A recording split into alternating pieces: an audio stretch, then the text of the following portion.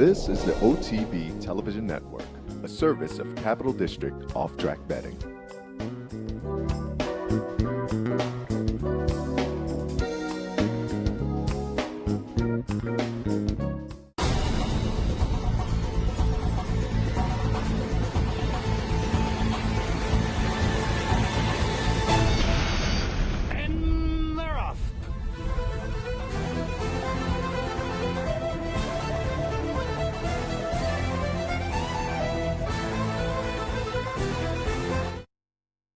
And they're off. Seth Merrill and Brian Edo in here on a Sunday morning. And good morning, Brian. Welcome to And They're Off. Yeah, looking forward to it. So happy to be a part of it, back in town, and looking forward to kind of new, different format here, different show. I like it. And plenty of topics, and we'll jump right in because top of the show, we are happy to be joined by Justin Nicholson, one of the founding partners behind EquestriCon. I've said it right along since it was announced. I'm excited for this event that's coming up in Saratoga during the Saratoga season 2017, a fan-based convention of horse racing. It should be a lot of fun. They had a press release come out this past week that I wanted to touch on, an event coming up this summer, and we'll talk just in general about it as well. Good morning, Justin. Good morning. How are you? Good morning, Justin. Very good. Happy to have you on board. And as I say, press release came out this week that we'll hit on specifically. But as I went to the website again last night and kind of looked through, and over the past few weeks I've gotten more and more press releases about the event that's coming up again this August up in Saratoga. I've been happy to see it seems to be coming together in a fine fashion because, as I say, I've been high on it since it's been announced. But just give me a thought, because you guys announced this at the end of the Saratoga season last year. And as I say, just it seems like week by week it's been building and building and building. Is it meeting or exceeding your expectations? No, I mean, I think we've got to say in a lot of ways it's exceeding our expectations. I mean, it's funny. I mean, we announced, as you said, kind of at the end of the Saratoga meet last year. But yeah, it had been kind of brewing in our minds for a good while, and we started kind of putting together a dream program and that kind of stuff in the months leading up to the announcement. But, you know, in even the days and weeks leading up to the announcement, you still, you know, until it's out in the world, you're always kind of questioning, do we do this? Do we go ahead with it? As much as we were excited to do it. And, you know, finally you put it out into the world in basically the early part of September last year. And between, you know, that time frame and now to have, you know, I think across sponsors and exhibitors, right around 100 organizations or so already, you know, signed on in some way or another. You know, to have the programming we have, you know, the panel participants, kind of a wide range of people, and yourselves included, and you know, we've got experts of every kind, and I'm pretty blown away, frankly, by the way the industry's coming together around this thing, and we really appreciate it, and certainly we take a lot of responsibility to make sure it's going to be good. Yeah, again, congratulations on what's happened so far. Brian is going to be on a kickoff panel sponsored by Capital OTB on Sunday morning, which I believe we're actually going to broadcast. So hopefully that'll let people know on that weekend what's coming. People can visit the website and check out what the schedule looks like so far. I'm on a media panel coming up, I believe, on that Monday. But one of the reasons I invited you on this morning, press release came out earlier this week. I think it's a great idea. You have a nice tie-in. NTRA handicapping contest that will lead to a seat at Vegas. Talk a little bit about that. Yeah, I mean, I think probably our number one goal here on out. I mean, we obviously believe we've put a great event together and a lot of programming for people at every level. But you know, one of the things we're trying to do is to say, okay, our relationships and partnerships that we're building can add value to our customers, and I think, you know, one of the best ways we can do that is to kind of come up with some of these, you know, types of deals where if you buy a ticket to EquestriCon, you get some, you know, big bonus item. And what, you know, we believe handicappers will make a good portion of our audience. I myself play in, you know, handicapping contests and stuff all the time. So a very logical thing we thought was to try to come up with some way to incorporate the National Handicapping Championship and the NCRA into the picture. We spoke with Keith Chamblin and with the team over there and kind of threw some ideas around, and they kind of threw out in the open, you know, hey, what about if we just, you know, put together a qualifier for you know, attendees to EquestriCon. So that was a pretty cool suggestion, and it didn't take long for us to say that was, you know, very easy to see how this could work. So So for anybody who purchases a panel or VIP pass to our event, you will now have a registration for you to go into an NHC qualifier. It'll be later in the Saratoga meet after EquestriaCon. We haven't picked the weekend yet. And I think, And the other thing is you also get a free membership Right. to the NCRA, which I believe is a $50 value as well, just for purchasing a ticket. So it's basically that alone kind of. And you have two of the better tournament players out there, and obviously Michael Baychuk and Jonathan on one of the panels as well. So I think that only gives that much more credence to it as well. Yeah, so we want people the tools too. I mean, obviously.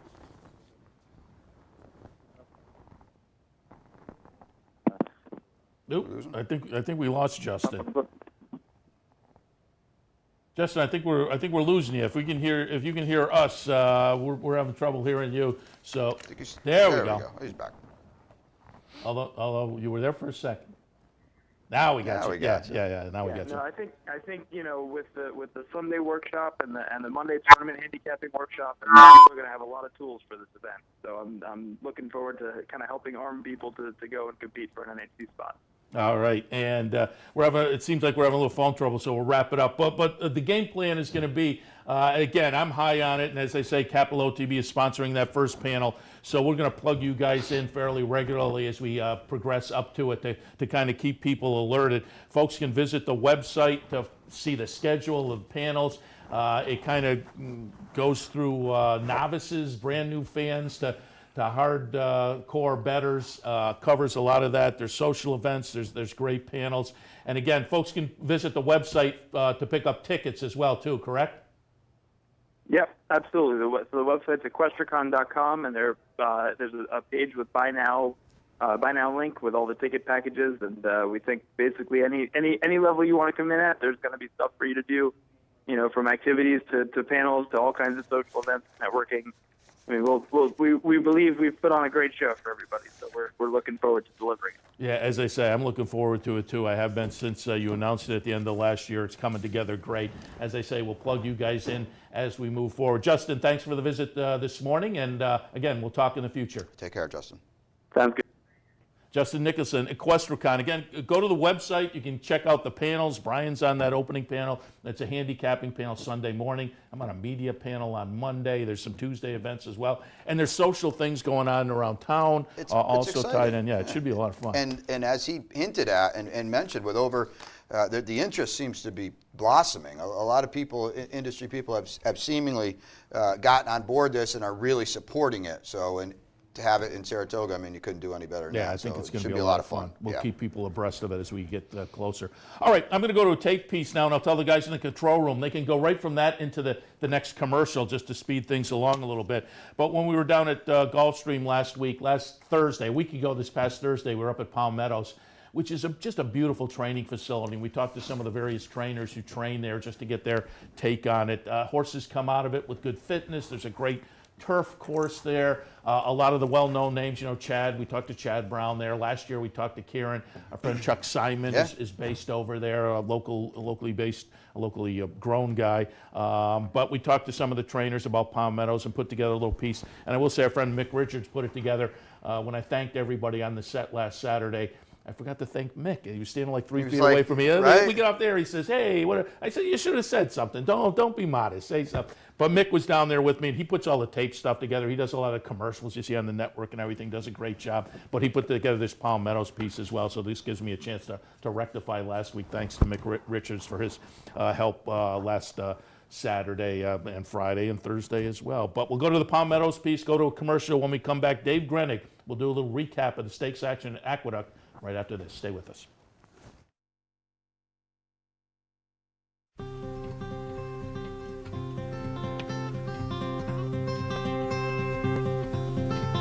We're out here at Palm Meadows this morning, beautiful Florida morning. Talk a little bit about training at this facility. Love this facility. This is probably my 5th or 6th year being here.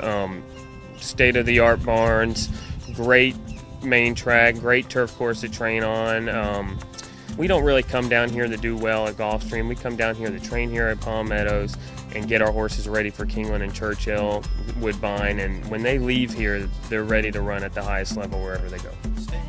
it's heaven. Mr. Stronach, kudos to him. He has just put his money and his great horsemanship, to the task here. It is a premier training center. I was a Payson for 14 years, trained for Mrs. Payson, as most people know, and it was beautiful. But this place is state of the art. It's got a beautiful turf course. We've got a mild dog leg, on the outside of this course. Great for those fillies that are a little nervous or what have you. The facilities for the help is second to none, The barns, everything's meticulous. I've been here since the beginning, which is quite a few years now. And I feel like the luckiest man in the world to get out of the snow in New York and get down here and in this beautiful sunshine. And, we get back to Belmont in the, 1st of May, and it's an edge. I don't care what anyone says, it's a big edge. These horses are fresh and ready. And, it finds out for the owners, can they run or not? And if not, we need to readjust. Palmetto's is a great facility, very horse friendly. There's wonderful horse paths to get to and from the track safely. The track's in good condition, and a lot of air going through the barns. It's just a great place. We've been coming down here for a number of years to winter and participate in the racing program here, and also plan for our whole season. And fortunately, we've had several good seasons in a row coming out of Palmetto's. My first year here, 30-something years removed from California, honestly, I didn't think there was going to be anywhere better weather-wise than California in the winter, you know what I mean? It's hard to beat. I think 80 in the middle of the day and 65 in the morning. The facility's great, track's good. Everything seems to be, I love it. I love the area. It's all brand new area, all those gated communities and neighborhoods and things like that. And got a nice little program for 2-year-olds between here and Saratoga. So that's the whole reason I came. And California had become like an island. So I love it down there. I'm not, crazy. I know for a fact when I got here early in September, I'm going to try to stay at Belmont till at least the end of October because it reminded me why I left Louisiana.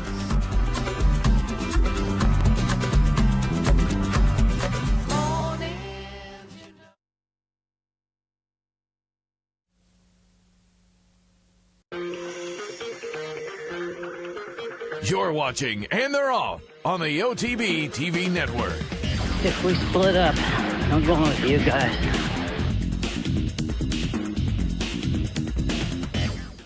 Hey race fans, head down to the all-new Clubhouse Racebook. With live horse racing on more than 250 flat-screen TVs, state-of-the-art wagering terminals, and amazing Vegas-style atmosphere. The Clubhouse Racebook, 711 Central Avenue, Albany. No matter where in the world you are, the excitement of wagering on horse racing is just a click away. CapitalOTB.com offers live streaming, past performances, race replays, our virtual tote board, analysis and selections from professional handicappers, and a simple, safe, and secure wagering platform. And best of all, you get track prices. Going on now, it's Bet 50, Get 50. Simply open a Capital Bets account, bet $50, and get $50 cash back. CapitalOTB.com. Log on today. Be sure to join NYRA handicapper and racing analyst Andy Serling at the Clubhouse Racebook in Albany. Andy will be handicapping live the day's races and managing a $1,500 bankroll on behalf of 50 lucky patrons. To be part of Andy's bankroll team, sign up at the Clubhouse Racebook or online at CapitalOTB.com. Now get all the racing information you need right on your mobile device with Capital OTB's new mobile app. Wager anytime, anywhere, right from your smartphone or tablet. Watch, wager, and win right at your fingertips. The new Capital OTB mobile app. In a recent study of some of the top online wagering sites, Capital OTB won big in total player rewards, far surpassing some of the best-known wagering sites in America. While other rewards programs simply offer you points redeemable for gift cards, Capital OTB's rebates are paid to you in actual cash. Plus, Capital OTB gives you full and immediate access to your money. So if all you're getting now are points and gift cards, join Capital OTB Player Rewards today and get cash back. Visit CapitalOTBBet.com and sign up today. Is your favorite track in New York City, but you live upstate? At Capital OTB, Aqueduct and Belmont Park are closer than you think. With more than 60 easy bet and branch locations throughout the region, you're just a short drive from dozens of tracks across the country and around the world. For a complete list of all easy bet and branch locations, visit CapitalOTB.com. Capital OTB, we're closer than you think. Welcome back to And They're Off on this Sunday morning. Seth Merrill and Brian Edo in the studio, joined now on the phone by Dave Grenig, New York correspondent for the Daily Racing Form. Good morning, Dave. Good morning, gentlemen. How are you? Good to hear Very from you. good. And we'll kick right off, because I told you how I had them in chronological order with replays, but one of the replays I didn't call for, you said just before we came on the air, there was kind of an outstanding buyer figure yesterday. Fill us in on that. Yeah, Send It In won the Excelsior by a half length over 2 Brutus. They were 14 lengths clear of the rest of the field, and Send It In got a 119 buyer speed figure, which probably, I'm going to assume is the fastest. Maybe, aside from Arrogant, and maybe even faster than, I can't remember what they gave Arrogant, but Send It In, New York bred, homebred for Paul Pompa, 119, which is great, but you got to feel sorry for Gary Contessa, who brings the horse in from Chile, first start of the year. He runs a 118 buyer and loses. And a 119, I'm just spitballing here, would probably have won about 20 or 22 of the editions of the Breeders' Cup Classic over the years. So just to put that into perspective for the folks at home, a giant number. Yeah, it was a very fast pace, 111 for a mile and a quarter. You don't see that too often. I even kidded with Johnny after the race. I covered this race, and I said, Johnny, you may not get as fast a pace like that in the Kentucky Derby.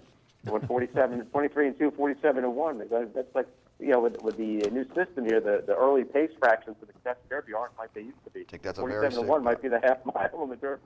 The incredible number there on the undercard. Let's get right to before we get to the Wood also, because we said on the handicapping show earlier we would ask, you're on the turf today down at Aqueduct. Yes, the first turf race of the year happens to be a stakes race. Danger's Hour will be on the grass. I'm going to assume they'll call it good. All right, very good. All right, yesterday Wood Memorial, $750,000. A mile and an eighth the distance, and there was a question mark. Would Irish War Cry rebound? He did. Battalion Runner was going to take a lot of action from Todd Pletcher after being scratched as the safety last week down in Florida. Pletcher's other horse was very good in the Florida Derby. Battalion Runner goes off as the 2-1 favorite. In fact, Cloud Computing for Chad was the second choice at 2-1. 7-2, however, Irish War Cry, the betting public a little dicey after his dud last time. But under Rajiv, Irish War Cry gets it done pretty nicely. You told us during the break a 101 buyer figure. Motown continues to kind of validate that Remsen wasn't much last year. But give us some of your thoughts on Irish War Cry here in yesterday's Wood Memorial.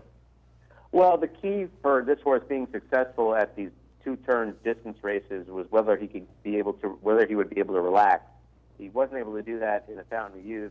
But he did do it successfully yesterday, and I think part of it was being on the outside post and being in the clear, not having horses on either side of him. He was 3 wide going into the first turn and in third, and by the 5.5 furlong pole, he moved into second, but he wasn't at all ranked. I mean, he sort of gradually crept up alongside of Battalion Runner, and even when he got right alongside of him at the 3/8 pole, it wasn't like he got all charged up and had to go. He waited for our Rashid's cue, which came between the 3/16 pole and the 8th pole, and he gradually pulled away. And I really thought the last 16th of a mile was probably the best part of the race because he leveled off nicely and finished very well, I thought. And he answered the question that there was no answer to, which was what the heck happened to him in Fountain Youth, and I don't think they have to worry about that anymore. He's now 4 for 5. He's secured his spot in the Kentucky Derby, and given the other results that occurred yesterday, you got to think he's a significant player in the race. And Dave, I think he another question, at least in my mind, he firmly answered, is that he's not a need to lead type. I know he rallied from way back going 6 at Laurel, but you kind of could have made that impression based on the way he ran off in the Holy Bull, and then he couldn't make the point in the Fountain of Youth, and he just stopped badly. So I would think that Graham was very relieved in the fact that not only did he win such an important race yesterday, but he did it in a different manner that now gives him a little bit of flexibility, a little bit of versatility going to Churchill Downs. I agree, and I think another key was actually, it wasn't very well publicized, but the Gaming Commission, even though this race is not a Grade 1 or $1 million anymore, they did put the same pre-race protocols in place, and they made you be on the ground 3 days ahead of time and report your medical records and all that stuff. And I think that paid off for this horse in this respect. Irish War Cry trained Thursday, Friday, Saturday morning at Aqueduct, and Rajiv went over there each morning and got on him.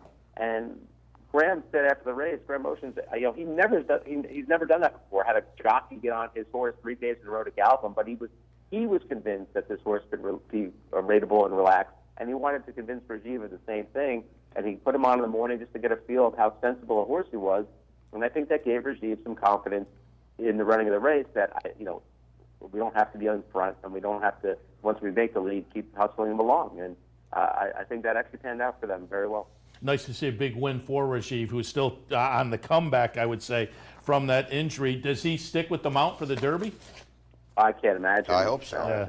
Yeah, I mean, I don't think it's. I don't think there's going to be any conversation about this guy getting off this horse from either party. I mean, you remember Graham and Rajiv had a very good run with Main Sequence on the grass and won several Grade 1 races before I think Rajiv got hurt again. He missed out on that mount in the Breeders' Cup. All right, let's go to the Gazelle, because the 3-year-old filly picture, which seemed a little more definitive than the 3-year-old boys when Unique Bella was still running, but with her on the sidelines, things kind of fell apart a little bit as far as deciding who was where in the top of the class. But yesterday there were some good performances. The Gazelle and out on the West Coast as well. Miss Sky Warrior, we're going to look at her win. She's going to be the number 5 horse here as the 8-5 favorite. Lockdown second. Full House runs third. But boy, this was a pretty nice performance by Miss Sky Warrior for Kelly Breen. And I will say, we didn't have the incident on the far turn. You could first make, turn. yeah, the first turn, yeah. And I think there was something there. So hopefully the stewards do something. But I think at their discretion, not moving the horse down was the right move to make. I agree with that. I would not have made a change given how emphatic the horse won.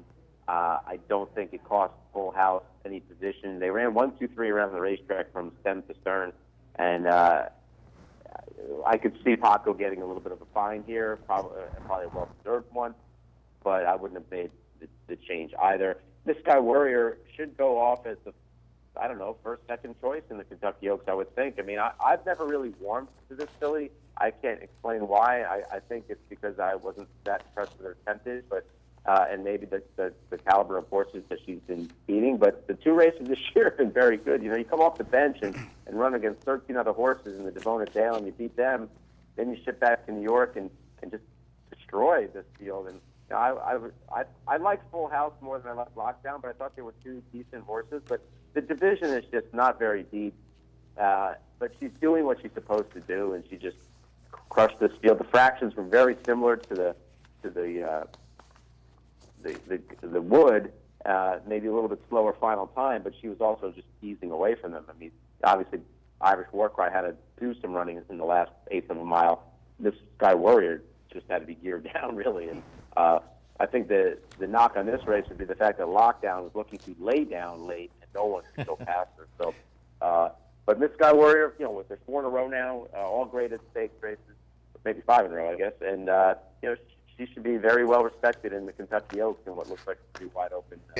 And I think, Dave, it sounds like you kind of had the same sentiments of her that I had. It was just kind of like, she was winning, but she never wows you. She never runs fast, and it was just kind of, she did enough to get the job done. And then yesterday, she throws this performance down. And the other thing, as you mentioned and hinted at, with the exception of the horse that ran yesterday in the Santa Anita Oaks and just freaked, this is a Kentucky Oaks now with Unique Bella out that is certainly there for the taking. And Kelly Breen's bringing a horse to Louisville that's in raging form, and now just threw down a definitive performance. And I agree with you. She's gonna be right there in Kentucky. I think it's pretty cool. He's done a really nice job with this filly. He really has, and he's been talking about the Oaks since last year. I don't know if the owners were as on board with him about the Oaks as he was, but I remember, after the Tempted and obviously after Del Mazzell, he was like, we're pointing to the Oaks, and he didn't rush her back. He gave her the time to recover. He, starting in March, got the nice race there, which I'm guessing when he picked up the overnight and saw 14, he was probably like, wow, I was hoping for a little bit easier than this. But she handled them, and then she comes up here, and he skipped the Gulfstream Oaks to get her back here on a track that she had won at 1 1/8 over. It made a lot of sense to me, and she gallops. And I think she's still at Aqueduct this morning, but she'll leave to go to Kentucky this week. I mean, Kelly usually sets up shop at Monmouth in the summer. That backstretch isn't open yet, but he's got a few horses. I think he's planning to run at Keeneland next weekend, and he said the Sky Warrior will show up there Keeneland for a little while before moving over to Churchill. Yeah, she certainly looked very good yesterday. I wanted to pull up the Carter also because of the upset in here. Carter, a Grade 1 event, $400,000, 7 furlongs, Unified, the 4-5 favorite for Jimmy Jerks. It's a lightly raced 4-year-old. This was only career start number 6, but he had 4 wins earlier in the career and shown a lot of promise. Unified again goes off as the 4-5 favorite. Unified will be number 8. Cannot quite get to the front runner, Green Grotto, the 54-1 rank outsider. And if you look at the PPs, I mean, a triple-digit buyer for Green Grotto, a couple starts back winning the Toboggan. So I'm not sure the 54-1 was justified necessarily, albeit this horse was in a little against, you would have to say, better yesterday perhaps, but got to the front, led all the way around under Chris DiCarlo. As we see here, the stretch run, Unified just can't get by. Tommy Macho winds up running third, and at 54-1, an upset in the Carter. Yeah, 2 years ago he was second at 53-1 when he got beat by Dad's Cats. I think it was by a length and a half. Last year he was no-show in the Carter. I think it was 8-1 or maybe higher in 8th. He's been a bit spotty in his performances, but when he shows up with a good race, it's a really good race. And I thought Unified was a lead pipe cinch yesterday. I just have that much respect and believe that horse is a really top caliber horse, and he could not get by, as you mentioned, Green Grotto. Unified sort of made him run out of the gate. The plan was if he's going to out sprint me, he's going to have to run to do it, and he did, 45-3 into that win. But Green Grotto kept on going, and it was an excellent performance. You got to tip your hat to Gaston Grant, the job he's done with this horse. He's now over $1 million in earnings. He's finally got that Grade 1. He's still a horse. He's not a gelding, so I don't know if there's going to be a breeding program left for New Jersey, but it certainly fit in nicely there. Dave, I want to pick up on something. I agree with you wholeheartedly. I thought Unified couldn't possibly lose this race. And it's super cool that Green Grotto, the working class horse for as you mentioned, Connections that have done a phenomenal job, got the job done. But doesn't Unified, Dave, doesn't he have to win that race? I mean, what Grade 1 race is he going to win now if he can't run down Green Grotto? And again, all the respect to Green Grotto for gutting it out, as you mentioned. I just felt that, he's never going to get an easier Grade 1, I guess is what I'm trying to say. And to me, I know he ran hard in the Gulfstream race in his comeback, but I just felt that he couldn't possibly lose yesterday, and it was almost like he had to win. He's supposed to win yesterday. Yeah, I agree, and it probably makes me question the horse a little bit. I had sort of mapped out his campaign in my head, what they would do, and I didn't really have him running in another Grade 1 until the Met Mile, I was thinking, and I guess they could still go there, off these 2 races, and maybe and he did run very well at Belmont in a 1 1/8 last year, and I guess they'd give that a shot. But yeah, I was a little. I really thought when looking at that card yesterday, if there was a lead pipe cinch on the card, it was him. I thought Theory was going to win the other race, but I wasn't as locked in. He was awful. But yeah, you're right. I mean, there won't be, you're right about he won't get another easier Grade 1 opportunity. I wouldn't think. Maybe his next best opportunity to win one, if he's still, in good stead at the time, would be the, I guess, is it the Forgo? The Vanderbilt or the Forgo in Saratoga. All right, let's take a look at the Bayshore. You've alluded to it, the Grade 3 event, $250,000. 3-year-olds going 7 furlongs in his first 3-year-olds yesterday. I thought Long Haul Bay was maybe one of the more impressive performances. This was only career start number 2 for the New York-bred Chad Brown trainee. Long Haul Bay goes off as the second choice at 7-5. Number 4 horse here in the replay wins over number 2 Even Thunder. Number 6 Year to Blame runs third, and the even money favorite, number 5 Theory, who had so much promise last summer at Saratoga, on the comeback, hadn't been seen since the Breeders' Cup Juvenile, threw a dud there. Threw in a dud on the comeback too. Theory, the number 5 horse, runs 4th in here. Your thoughts on the Bayshore? Yeah, he hadn't been out since the Breeders' Cup. He got very sick coming out of the Breeders' Cup. Big time temperature and virus and whatnot, and he was stayed in California for 3 weeks before he actually came back east. But Todd had him, Todd said he had him ready to go because he was planning to run him in the spectacular bid at Gulfstream on the 25th. And then when that race didn't fill, he was sort of looking around for a spot. And it was an allowance race yesterday or Friday by Tooming was in, but he didn't win it. But he was looking at that, but he looked at this race and said, you know what, this is a good spot. And I actually thought it was a good spot, but he just didn't show up at all. Long Haul Bay, Chad Brown was actually pointing favorable outcomes to this race. That horse got a chip in the knee after he won the Swale, so he went to his bench. And remember, we used to talk about how Todd Pletcher would go to his bench and find a good, talented substitute 3-year-old. Well, now Chad Brown's in the same boat. He summons 2 horses off the bench, and they run 1-3. This New York bred sat off the pace, which was modest. 46-3 wasn't a killer pace for this type of race, but he motored right on past Even Thunder, who did a nice job to hold second. Now he's got this horse. On Friday, he gave us Timeline, who won an allowance race with a big number. So Chad, and then he's got Practical Joke from running second in the Bluegrass, and Cloud Computing, who I think is going to be a nice horse, provided they don't run him in the Kentucky Derby. I don't think he needs that on his 4th career start after what he's done in such a short period of time. But Chad's in a nice position here with some of these 3-year-olds. I don't know how far Long Haul Bay will run. My guess is he's a Woody Stevens type horse, but it's 9 weeks to that spot. We'll see if he tries to sneak something in before then. And somebody, Dave, this horse was like 5-1 with 10 minutes to post. I think he was about 3-1 with 2 minutes to post, and all of a sudden he's 7-5.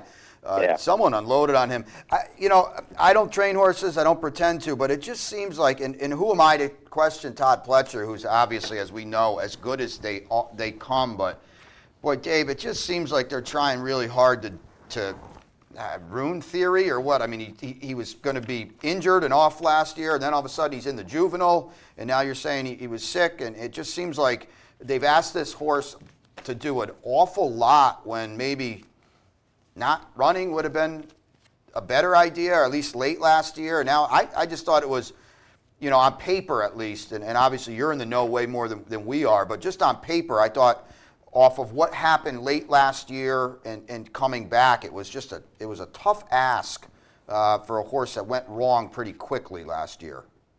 Well, I agree with you from last year's standpoint. I don't know that I would have run him in the juvenile.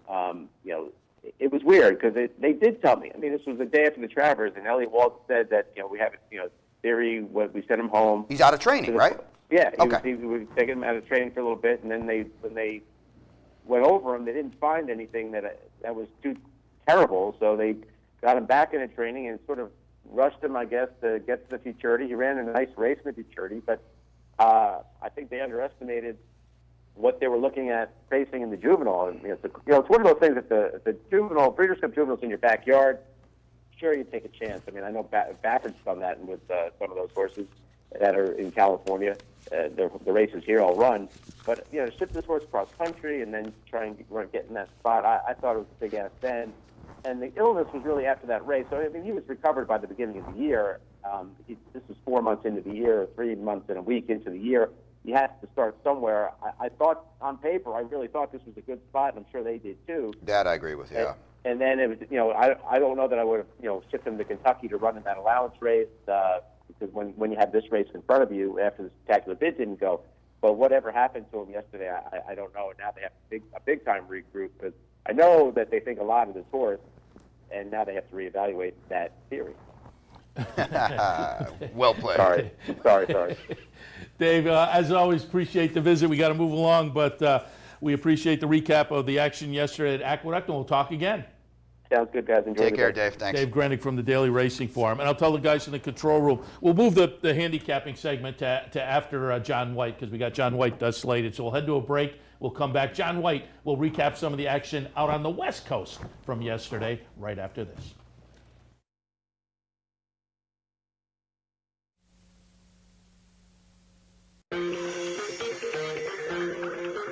You're watching And They're Off on the OTB TV network.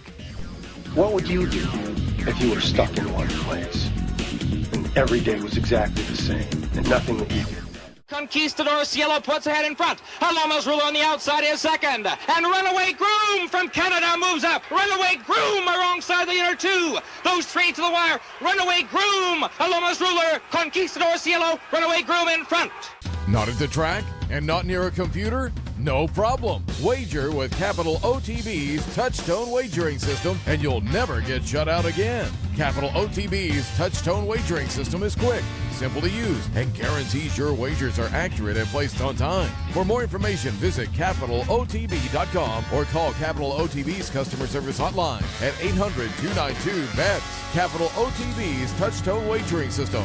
Never get shut out again.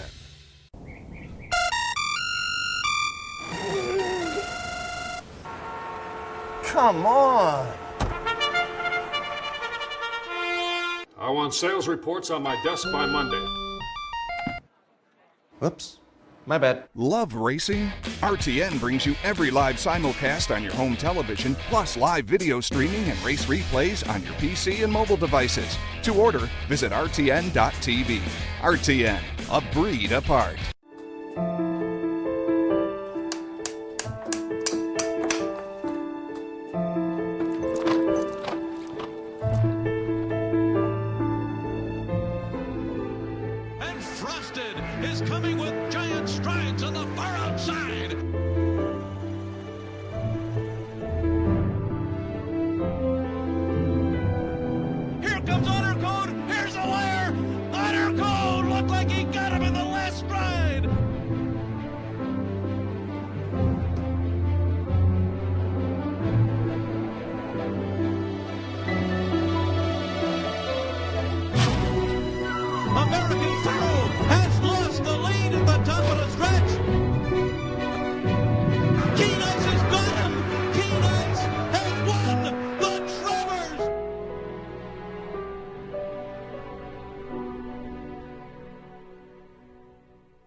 Face it, most horse racing websites are just too much clutter, too much to navigate through. Next time, log on to CapitalOTB.com. Our newly designed website is easier than ever to use, with all the information the professional horse player needs. CapitalOTB.com.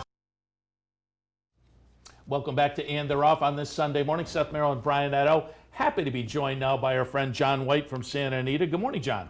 Good morning, Seth. Very early morning. Good morning, John. Yeah, Good morning. We always appreciate the early start there on the West Coast, but it is the day after. We did want a recap of the highlight of the Santa Anita winter season. Just give us a little overview. What was the day like yesterday, weather-wise and crowd-wise?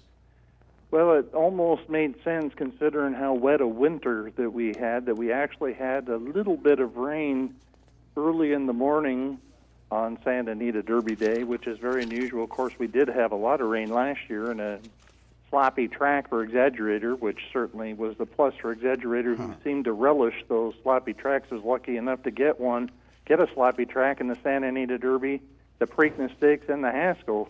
And other than that, he didn't really do much as a 3-year-old, but he was lucky to get that weather that makes umbrellas important.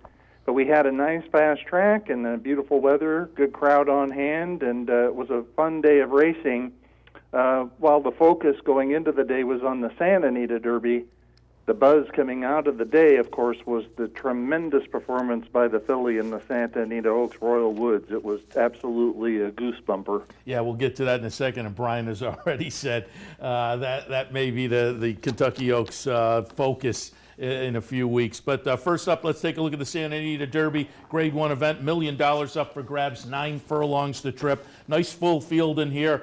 And that West Coast 3-year-old division was waiting for some definition. I don't know if we got it yesterday or not. We'll get your opinion. Number 8, Gormley, is going to be the winner in our replay here at 6-1. Battle of Midway, the 3 at 7-1 runs second. Royal Mo, 11-1 runs third.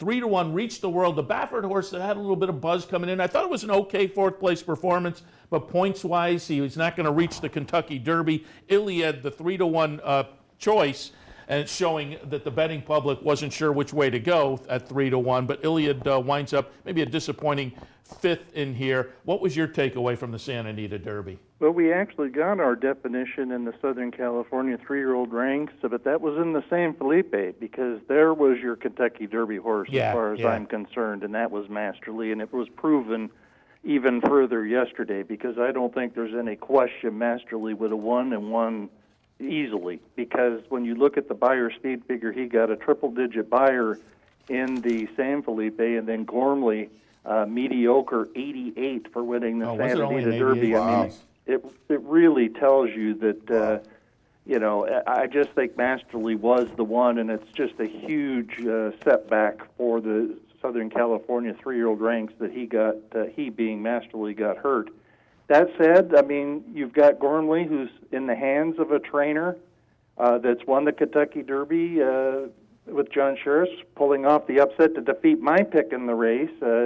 Giacomo defeating Closing Argument, who was 71-1, but Giacomo at 50-1 winning that race, and John Sheriffs not only winning the Santa Anita Derby, but finished third with Royal Mo. Not too shabby to finish first and third in the race, and finishing between them, Battle of Midway, who's a talented colt. He's got a nice pedigree. Battle of Midway by Smart Strike out of a Concerto mare in the hands of Hall of Famer Jerry Hollendorfer, but I don't think any of these Santa Anita Derby horses, in my mind, you're probably looking, it's very unlikely you're looking at the Kentucky Derby winner from this race, is the way I look at it. Well, John, let's go right to that then.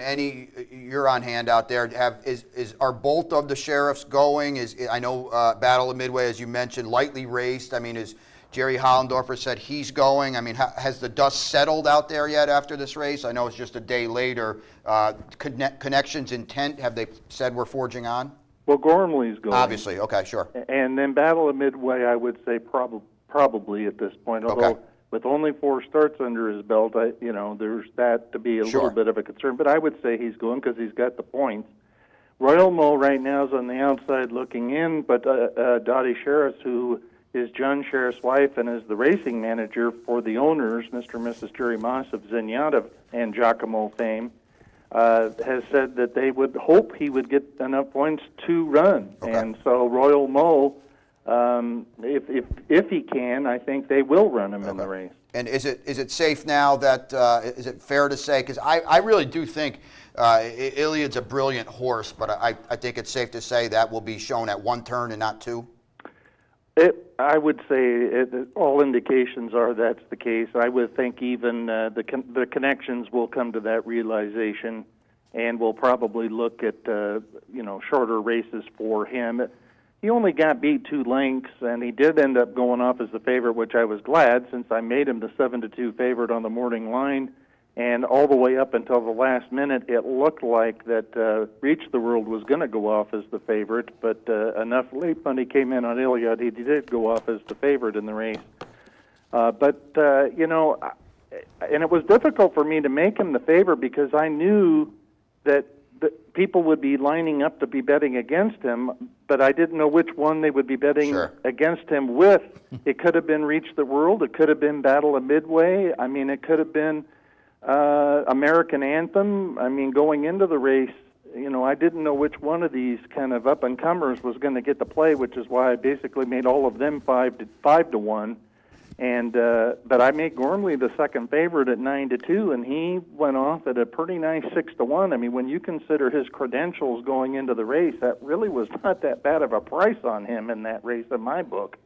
Yeah, and John Sheriffs has been high since the start of the career, but again, he comes out, as you say, the 88 buyer. It's hard to get excited about the West Coast runners at this point.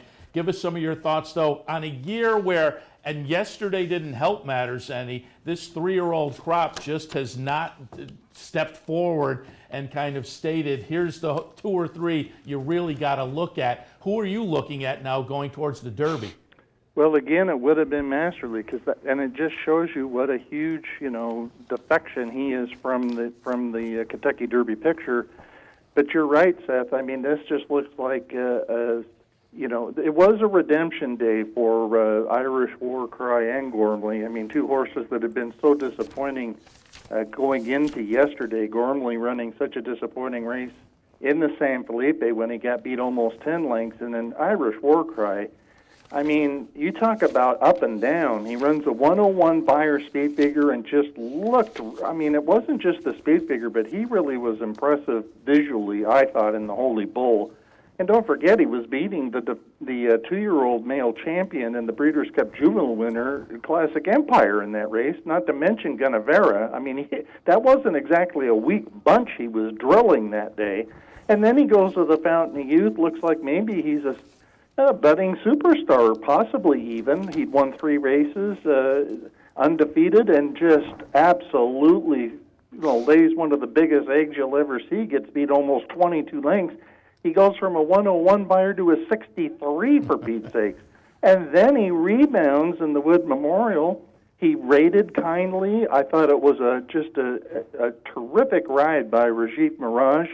And Irish War Cry settled nicely, rated kindly, and responded and drew away and got a 101 buyer again. And I will tell you, in this particular crop, triple-digit buyers are pretty much on the rare side. And the fact that Irish War Cry's got 2 certainly stamps him as one of the major players for the Kentucky Derby this year.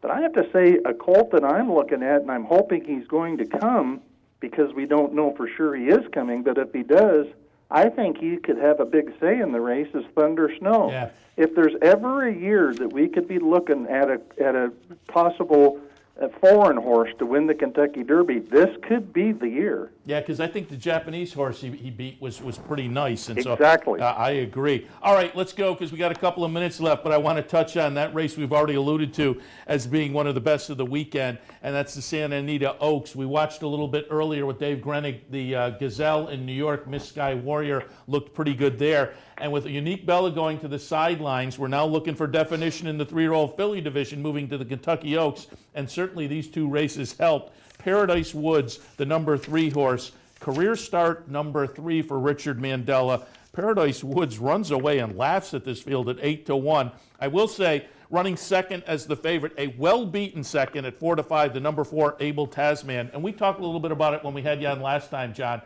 You hate to hold it against the horse, but maybe the racing gods a little bit against Abel Tasman on that really just low-class kind of move on the silk snafu last time, changing trainers. But again, big performance by the winner here.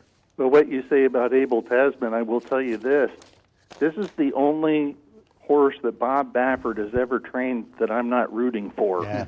And so you're exactly right. The fact that just because the filly came out in the wrong sulks, they would take her away from Simon Callahan, who had won a Grade 1 race with this filly, for Pete's sakes. And that's one of the just most classless moves I've ever seen in racing, and I've seen a lot of them through the years. So, but this was just a breathtaking performance, especially in the context, again, with only 2 races under her belt. I mean, my goodness. And to put this into some context, she got a 107 buyer speed figure. Now, you mentioned Unique Bella. Unique Bella's top buyer so far is a 97. So people are thinking that Unique Bella, you know, is a budding superstar. How about a filly who goes out there and in only her 3rd career start earns a buyer that's 10 points higher than anything that Unique Bella had ever done? It's the biggest winning margin in the history of the Santa Anita Oaks. Think of that. The Buyer's speed figures in the Oaks go back to 1990. It's the highest buyer that has ever been assigned for a Santa Anita Oaks winner. The previous highest was Serena's Song, who wasn't exactly, chopped liver, to say the least, only a future Hall of Famer and Eclipse Award winner, one of the best fillies I've ever seen. Serena's Song, a 106. So this was just tremendous, and this daughter of Union Rags, really, boy, oh boy, she just looks like the real deal to be. I mean, turning for home, Flavian Pratt, you could tell he just had a ton of horse. He was sitting on just so much horse, and she just, and again, when you mentioned, Seth, who ran second, we're talking about a Grade 1 winner who finished second in this race, so. And even the filly who finished a distant 3rd, It Tis Well, she'd won the Grade 3 Honeybee. So, and even the filly who finished 4th, Mopatism, she'd won the Island Fashion Stakes over at Sunland. I mean, again, these weren't bums that were in this race against Paradise Woods, but she made them, look pretty much like bums. And they're not bums, but that just shows you just what a outstanding filly this is. I mean, you said one of the best performances of the weekend. I think this was one of the best performances of the year so far for me. Yeah, I think you're right. And it was over at the top of the stretch, really. And again, it was a nice field of fillies behind her as well. She's going to be interesting to watch going forward in a few weeks in Kentucky. John, as always, appreciate the visit. Got to wrap things up, but always appreciate talking to you. And congratulations to you and everybody out there at Santa Anita on another nice winter meet highlighted by a nice day yesterday, particularly what we saw in the Philly division. We'll talk again. Take care, Thanks a John. lot, guys. Thank you. Take care. John White, again from Santa Anita, their big day yesterday, and it was probably the girls more than the boys that made the exclamation point. Yeah, and you know what? We always like to look ahead in racing, too. And now, not only is this Philly obviously the now horse and exciting, but you got to remember, as Dave Grenning alluded to, what happened at Aqueduct yesterday in the Cumley. Now, these are two gals that have very similar running styles. In the Gazelle, excuse me, thank you. Miss Sky Warrior, two gals that have very similar running styles, going 9 furlongs in a long stretch at Churchill Downs. It sets up a pretty fun race and a fun. I'm looking forward to seeing that race on paper, too. The day before too. may actually be the more interesting race, as it turns out. All right, let's hit our handicapping. We didn't get to that earlier. Race of the week this week, I picked race 4 at Keeneland. I'm never sure what to pick. Should I pick one where we can make a kind of a solid, you feel good about it pick, or find something intriguing? I went intriguing this week. It's the first time I've done this, so I wasn't really sure either. So I'm going to follow your lead. You said you went intriguing. I don't think I went too intriguing, so we'll see what happens here. I was interested because I made my picks before you sent yours, and we're right on the same ballpark, and I thought it was a little more... I thought it was a more contentious race than that, but we'll see. Maiden specials in the 4th, going 1.8 miles on the grass. I went 11, 2, 12, and 4, and I heard your comments earlier. I think we have all the same, don't we? It's just in a different order, which, again, I thought was a little bit interesting because, as I say, I thought it was maybe a little more contentious than that. The 3, a second-time starter by Kitten's Joy, I think has the potential to run better than that career debut last October at 30-1 on the morning line, so I left that one out. But I put any question in. Bill Parcells, runner for Bill Mott, improved when moved to the turf. You mentioned earlier the outside post, but they start up the stretch. They have plenty of time here. There's enough run. This horse is tactical enough. And I thought the Barkley Tag horse last time out just signified maybe improved as a 3-year-old. I went out to number 12, Sakinet. Again, the career debut was pretty good. A Scat Daddy runner that down at Tampa looked good. Giroux rides also, and Yoshida for Bill Mott, also the number 4 horse with Jose Ortiz on board, another one that had a good career debut to build on. So for me, 11, 2, 12, and 4, and as I say, I was surprised you had the same 4 just mixed up. Yeah, I don't really have a lot to add other than, and the folks can tell looking at my picks, I just basically went post position, Seth. I mean, I'm inside, your two are outside, and that's kind of how I looked at the race. And the Yoshida and certainly on the captain now are both going to save ground into that first turn. And as you said, there's a long enough run for any questions, especially with what he showed last time, the speed, to get position. I'm just a little worried if Joe Ellis is on a send mission and has to clear and use up a little horse early. I'd like to think, and this is why they want to run races, but I'd like to think we've got the winner somewhere in there, Seth. I think it's just a matter of the order. And I know one of your favorite plays is the old the 4-horse box. I don't know there's enough value. No, there's probably not. But it's a big field. I think we have the winner. It has the potential to be. The morning line holds up. It will. But I just give me the Grand Motion horse. The number 5 was interesting. The Shug horse, the number 6. So that's why I say I thought it was a little more contentious than we made it. But it'll be interesting to see now how it plays out. Our play of the day, again, we kind of overlapped because I know the second race plays into part of your play. And this is where I wasn't sure where we should go in here. I kind of went logical. So you go back to you, but I kind of went a logical direction here. I looked at the second race at Keeneland, which is a maiden special going 4.5, and we talked earlier during the handicappers report. Wesley Ward has a couple in here, and I have them both in my mix. But I found a couple others, one in particular that may be interesting as a price. So I am going to 4-horse exacta box in here. I have it 6, 11, 9, and 10. And the 11 and 10 are the 2 Wesley Ward horses. They're going to take a lot of action. I'm not sure there was the breeding there that I mentioned earlier. He won the first race of the meet with a horse that had some real breeding. Sure. And I'm not sure he doesn't win them all, but you have to have him in the mix. It just seems that way. Yeah, exactly. But I thought our girl, Abby, my Majestic Warrior, 91 first-time starters last year, 11 firsts, 11 seconds, 10 thirds. There's some breeding punch on top. Now, the earliest 2-year-old winner last year wasn't until July. Mike Maker, not super, but it is Jose Ortiz. So I put that one on top. And in the mix, I used the number 9 Candy Lou. I like Sydney's Candy on top. Not spectacular first time out of the box necessarily, but okay numbers. So I thought at 20-1, he may add some value to this. She may add some value to this play. So Race number 2, I'm going to box up 6, 11, 9, and 10 in that order. And as I say, I know you had the race number 2 kind of in your mix and your play. I did. My play was a win bet on Deer Lane in race 3. I'm maybe just trying to turn a little something into a kind of build a bankroll for the late pick 4, something like that. So, and I mentioned earlier, I like Deer Lane a lot today. One of my stronger plays. I think she's in a really good spot, getting back to Keeneland, getting off the poly track, getting out of a stakes race. Charlie LePresti loves to win at Keeneland. We know how good he is with the Wise Dan and a lot of other successful Dan and other horse. So he knows what he's doing. I think he had this spot in mind. This filly's working really well. So what I did was, the other play would be a $10 double with the 2 wards in race 2. So leading in the 10 and the 11 into the 3 in race 3 at Keeneland. And that's the way I went with it.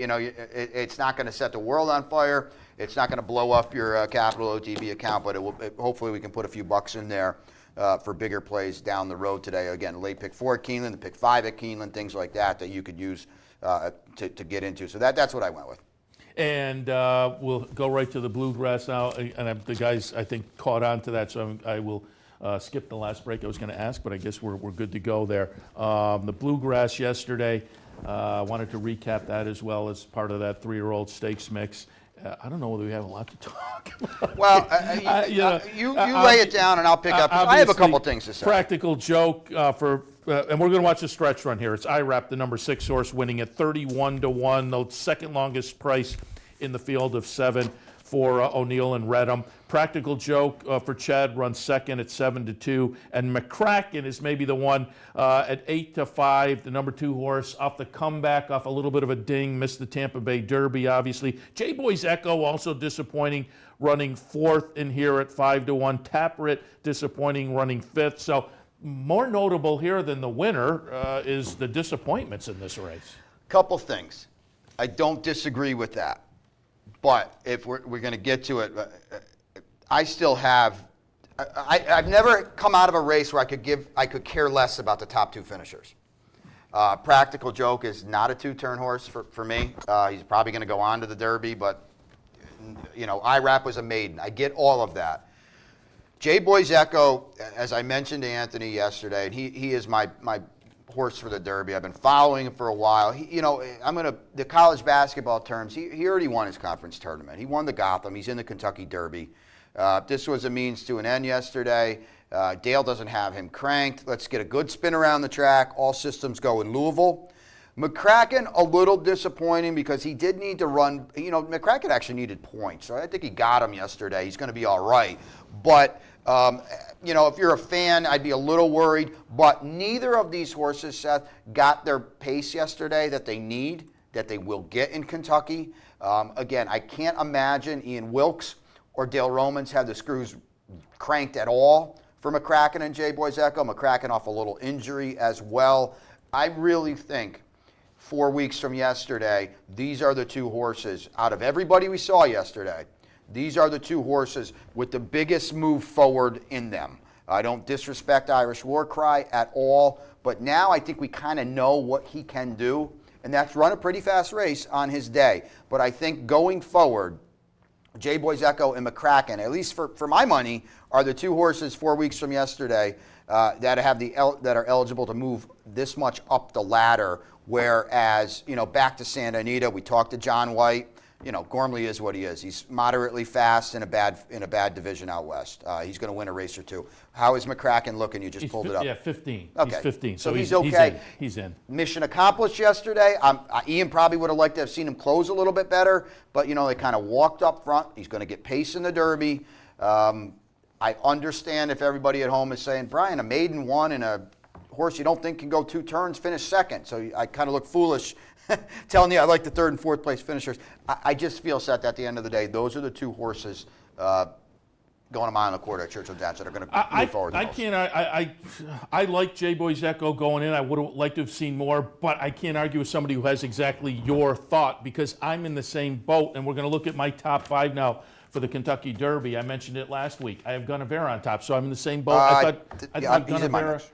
Last week I thought in the Florida Derby, And I've watched that race Same since horse a couple times. that I'm talking about yesterday was Guinevere last week. I watched that race a couple of times. I'm talking about a performance that was, okay to set him up going forward, I think. One-liner, we'll see more from that one next week in Arkansas. Gervin may be the one that I'm a little dicey on. Irish War Cry, again, I have some of the triple-digit buyer runners on here, and McCracken I kept on because I thought that performance yesterday was good enough, and it didn't thrill me. I would have liked to have seen a better performance by McCracken, but off of a little bit of a layoff, I thought it was okay. And as I say, so I'm similar with McCracken and Guinevere the way you are with J-Boy's Echo, and given J-Boy's Echo is one of those few triple-digit 3-year-old buyers, you have to pay attention to him too. So that was my top 5 list. I think if you looked at 10 people, they would have 10 different things. We'll look at yours, but it's a situation where it's hard to feel confident about anybody. It is super hard to feel confident. We'll put mine up here, and I've got McCracken on top with J-Boy's Echo in second. Don't forget, too, and the one thing neither Seth nor I mentioned is that this is the house horse, folks. This horse loves Churchill Downs. And again, and actually, I'll tell you what, as we look to my top 3, and of course, let's be honest, the Kentucky Derby's 27 days away. That's about 7 years in horse racing terms. A lot can happen. We've got the Arkansas Derby next week. As I look at my top 3 right now, I'll tell you what, all 3 of them need a heck of a lot of hitting up front. So they're going to need some speed. I've got Irish War Cry. Honestly, folks, I was very comfortable. The top 3 were very easy. Number 4 and number 5 was the old they made me pick 5, so I had to put 2 more in there. I don't know what you're going to get from Irish War Cry at Churchill Downs. I was impressed with his ability to rate yesterday and bounce back off such a dud. Battle of Midway, I wanted to pick, Seth, is Baffert's horse that ran 4th out there, reached I can't the go world. for any of those West Coast horses. But he's not going to make it. The only thing I will say about Battle of Midway is he battled, no pun intended, very hard on the inside, dueling the whole way and just missed. But I totally agree with John White. I totally agree with Seth Merrow. I want nothing to do with California this year. Yeah, it's just a rough year for them this year. All right, we're running late, but we have some of the quick hitters to pop up, and I did want to hit on these because and I don't know how much you follow international racing, but I've pulled up races pretty much right along here over the past 3 months or so. Anyway, Winks did it again in Australia. Friday night our time, Saturday their time in Australia. She was in the Queen Elizabeth Stakes and ran her win streak to 17. We'll watch her here, and she does it. Believe me, she's in the blue silks, but you'll be able to tell in the stretch because she pulls away pretty convincingly. What's intriguing? This race on Saturday, 1.25 miles. The previous race we looked at a couple of weeks ago on March 18th, 7.5 furlongs. The grade 1 before that, a mile, 7 furlongs before that. Last year she finished her season, a couple of races in October at 1.25 miles. A mile before that, 7 furlongs. You just don't see that kind of versatility anymore, and she does it pretty convincingly in here, beating Hartnell. Hartnell runs second. He's a very quality grade 1 performer in Australia as well. So Winks now a 17-race win streak. Grade 1 tally is at 12. She's chasing Black Caviar's win streak mark of 25. Just an incredible performance. Again, Friday night our time, Saturday by Winks. As I said, I don't know if you follow international. Well, obviously, when over the summer when I do the newsletter for the Breeders' Cup, I'm very, very in the loop. I won't pretend to know a lot about Australian racing. From all accounts, she's phenomenal. It's just on this side, we don't know who she's beating. It'd be really cool. I don't think it's ever going to happen. It'd be really cool if she got to run, even like the Arc. I'm not saying come over here. Just run in a big race where we have a barometer of just how good she is or where she stacks up. I mean, I don't pretend to know a ton about Australian Group 1 racing, but does that mean she can compete in a race like the King George or things like that? I don't know. Royal the Ascot, Queen Anne, not as a serious possibility, but they've tossed it. It would be fun. It would be really neat just to see where she stacks up. I'm sure she'd come over here and lap our bad turf horses. But on the international scene, where does she fit in those historic Group 1 races again? Over that they have. I read one of the articles online yesterday. The Wonder Down Under. I like that. I like that. That's good. Usually look at a couple of tweets, and I pulled up a couple when we were at a Gulfstream last week. Penelope Miller from America's Best Racing was in the press box with us, and she alerted me to this Twitter account. It's pretty funny. It's the Racing Onion, and if you're familiar with the Onion, the newspaper, parody news, it's been around 30 years probably, which is funny, but this is a takeoff. Somebody has started an account, and essentially they'll take a photo and put a funny headline on it. I pulled up a couple. We talked about the situation with the Baffert horse who had been transferred to Baffert because of the silks, and there you see Baffert keeping check on the silks. And karma is a bad thing, isn't it? I thought that was a good one from yesterday, and there was another nice one that referred to something we can all relate to. We talked about it earlier. Local handicapper brags about picking Wesley Ward first at Keeneland. And they're all like that. And so if you're on Twitter, even if you aren't, you can pull up the Twitter feed, the Racing Onion. Lots of funny stuff on there. And finally, just wanted to go back and show, I mentioned this on Friday, but I think the audience is a little different on the weekend. Pull up the Golden Shaheen, the stretch run from Dubai, because it is Mind Your Biscuits winning. And Mind Your Biscuits earlier this week up in Saratoga was named the New York bred horse of the year, 3-year-old of the year, champion male sprinter. Cool Mind horse, Your Biscuits gets it done in Dubai. And all I could think of when I compared this, a win in Dubai by a New York bred in a 7-figure race, all I could compare it to is when I first got in the game, it was big news when Fiorito came down from the Finger Lakes and won the Whitney. You know, I think you and Anthony have told that story. It was before my through time. The gate. Les Hewlett was on board, a Finger Lakes jockey. That was huge news. Okay. A New York bred wins the Whitney. That was just, it knocked it out of the park. But now, this New York bred program, they're internationally doing very well. They're winning graded, Have You Gone Away, the Tom Morley horse. Sure. Won a number of awards also. Champion female sprinter, champion older dirt female. But you won a couple of graded stakes up at Saratoga. Ballerina right up the road from us. So yeah, it's a new era for New York. It is, and I don't think it's, at least when I first kind of broke in, it's, you see a New York bred in an open race, let's draw the line through it. Not anymore. Yeah, not anymore. I just wanted to mention that from this week. Congratulations to all the winners in the various categories there. All right, we're going to wrap things up for this edition of And They're Off. How was your inaugural visit? I thought it was a 2-hour program. We're getting close. I enjoyed it. We've gone a little over. Hey, I know. I like the new format. It's cool. The quick hitting. It's cool to be able to talk about a lot of different things and to venture off. Not just let's go over 9 at Keeneland and 9 at Aqueduct. It's cool to have a different kind of just agenda. From being out in the parlor and whatnot, it seems like you out there are appreciating it. I say it every week. Let us know at viewer mail at capitalotb.com or get in touch with us on Twitter or Facebook.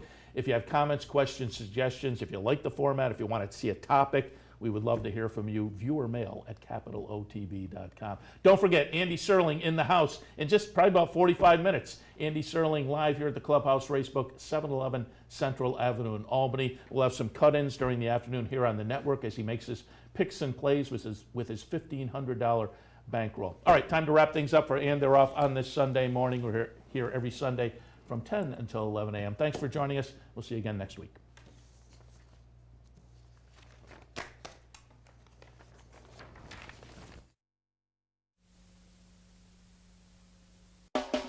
You're watching OTB TV, a service of Capital Off Track Betting.